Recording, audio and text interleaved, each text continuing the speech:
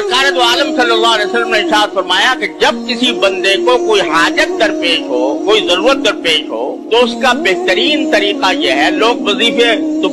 वजीफों पे बहुत ताबीज गंडों पर बहुत यकीन करते हैं, लेकिन नबी करीम सरवर दो आलम सल्लल्लाहु अलैहि वसल्लम ने जो तरीका बताया, आज हर शख्स हमसे ये पूछता है कि भाई फला काम के लिए हम कौन सी दुआ पढ़ें, फला काम के लिए हम क्या वजीफा इख्तियार करें, फला काम के लिए ताबीज दे दीजिए। और जब हम उनसे कहते हैं भाई हमें ताबीज गंडे नहीं आते, हमें वजीफे नहीं आते, तो वे समझते हैं ये बेकार, इन्होंने इतना बड़ा मदरसा कायम कर रखा है, ये जो है इसमें अगर ताबीज गंडे नहीं सिखाए जाते और अमलियात नहीं बताए जाते तो ये कारखाना बेकार काम कर रखा है इन लोगों ने। उनको ये पता ही नहीं कि यहाँ क्या होता है और क्या पढ़ाया जाता है, लेकिन लोग इस पर फरेफ्ता हैं। लेकिन जो चीज रसूल करीम सरवर दो आलम सल्लल्लाहु अलैहि वसल्लम ने खुद बताई कि जब तुम्हें कोई हाजत दरपेश हो, कोई जरूरत पेश आए, तो फिर खड़े हो जाओ अल्लाह के दरबार में, तन्हाई 2 रकअतें पढ़ो जिसको सलातुल हाजा कहते हैं, और 2 रकअतें पढ़कर कहो ला इलाहा इल्लल्लाहुल हलीमुल करीम, ला इलाहा इल्लल्लाहु रब्बुल अर्शिल अज़ीम। उसके बाद एक और दुआ भी है, अल्लाहुम्मा इन्नी असअलुका मुजीबाति रहमतिक व दाइम मग़फ़िरतिक मिन जियाति अमरिक